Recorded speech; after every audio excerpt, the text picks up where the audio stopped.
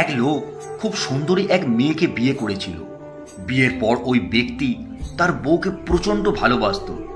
তাদের সংসার খুব সুখের ছিল, দুজন দুজনকে প্রচণ্ড ভালোবাসত।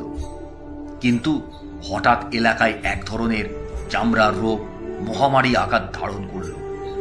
হঠাৎ একদিন সুন্দরী মেয়েটার শরীরে ওই রোগের লক্ষণ দেখা দিল।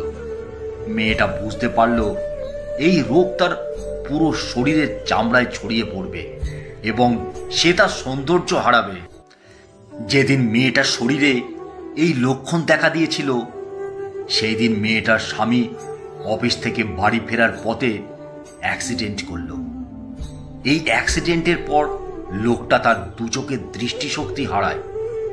দৃষ্টিশক্তি না থাকা সত্ত্বেও লোকটার সাথে মেয়েটার সংসার সুন্দরভাবে চলতে থাকে। এদিকে রোগের কারণে দিনের পর দিন মেয়েটার চেহারা কুৎসিত হতে থাকে। কিন্তু অন্ধ স্বামী বুঝতে পারে না তার স্ত্রী দেখতে কতটা বিশ্রী হয়েছে। এভাবে 40 বছর তাদের সংসার সুখে শান্তিতে চলতে থাকে। তাদের 40 বছরের সংসারে ভালোবাসা, সুখ, পরস্পরের নির্ভরশীলতা একই রকম ছিল, যেন তারা সদ্য বিবাহিত দম্পতি। এভাবে চলতে চলতে একদিন বৃদ্ধা মহিলা মারা গেল।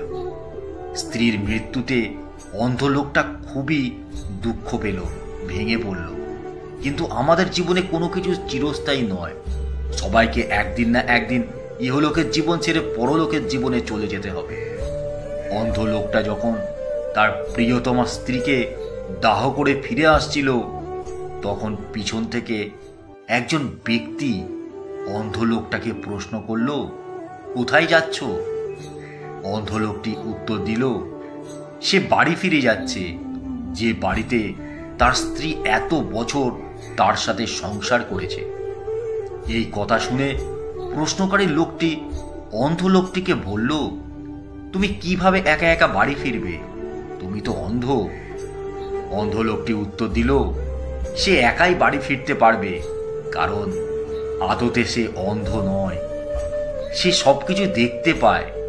এত বছর সে তার স্ত্রীর সামনে অন্ধের অভিনয় করেছিল, কারণ সে যখন জানতে পেরেছিল তার স্ত্রী স্কিন ডিজিজে আক্রান্ত হয়েছে তখন সে এটা ভেবে ভয় পেয়েছিল যে তার স্ত্রী হয়তো হীনমন্যতায় ভুগবে।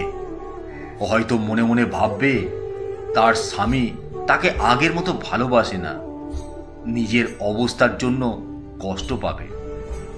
তার স্ত্রী যেন নিজেকে কখনো ছোট, অযোগ্য না ভাবে, তাই সে 40 বছর একইভাবে স্ত্রীকে ভালোবেসেছে অন্ধের অভিনয় করে।